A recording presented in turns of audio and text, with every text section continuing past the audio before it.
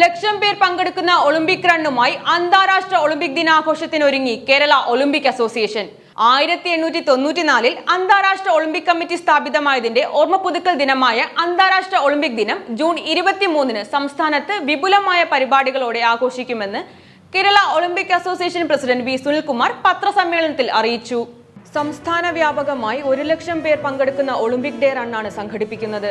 കായിക താരങ്ങൾ, പ്രശസ്തരായ മുൻ കായിക താരങ്ങൾ, വിദ്യാർത്ഥികൾ, NCC കേഡറ്റുകൾ, NSS വോളണ്ടിയർമാർ, വിവിധ സർക്കാർ, പൊതുമേഖലാ, സ്വകാര്യ സ്ഥാപനങ്ങളിലെ ജീവനക്കാർ, പോലീസ്, എക്സൈസ് സേനാംഗങ്ങൾ, രാഷ്ട്രീയ സാംസ്കാരിക രംഗത്തെ പ്രമുഖർ തുടങ്ങിയവർ ഒളിമ്പിക് റണ്ണിൽ പങ്കെടുക്കും.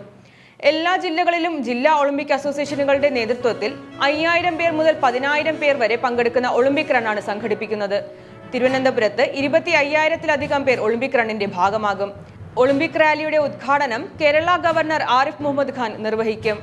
മാനവീയം വേദിയിൽ രാവിലെ 9:30 ആരംഭിക്കുന്ന olympic run governor Arif Muhammad Khan, വിദ്യാഭ്യാസ മന്ത്രി വി ശിവൻകുട്ടി, ഭക്ഷ്യ സിവിൽ സപ്ലൈസ് മന്ത്രി GR Anil, chief secretary V Venu എന്നിവർ ചേർന്ന് ഫ്ളാഗ് ഓഫ് ചെയ്യും. സെൻട്രൽ സ്റ്റേഡിയത്തിലാണ് ഒളിമ്പിക് റൺ സമാപിക്കുക. ഒളിമ്പിക് ദിനാഘോഷങ്ങളുടെ ഭാഗമായി ഒരാഴ്ച നീണ്ട പരിപാടികളാണ് നടന്നുകൊണ്ടിരിക്കുന്നത്.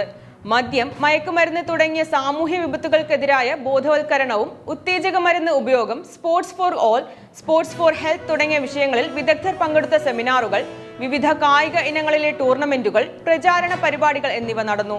മുൻകാല കായിക താരങ്ങളും പുതുതലമുറ കായിക താരങ്ങളുമായുള്ള സംഗമങ്ങളും ഒളിമ്പിക് ഡേ ആഘോഷത്തിന്റെ ഭാഗമായി നടന്നു.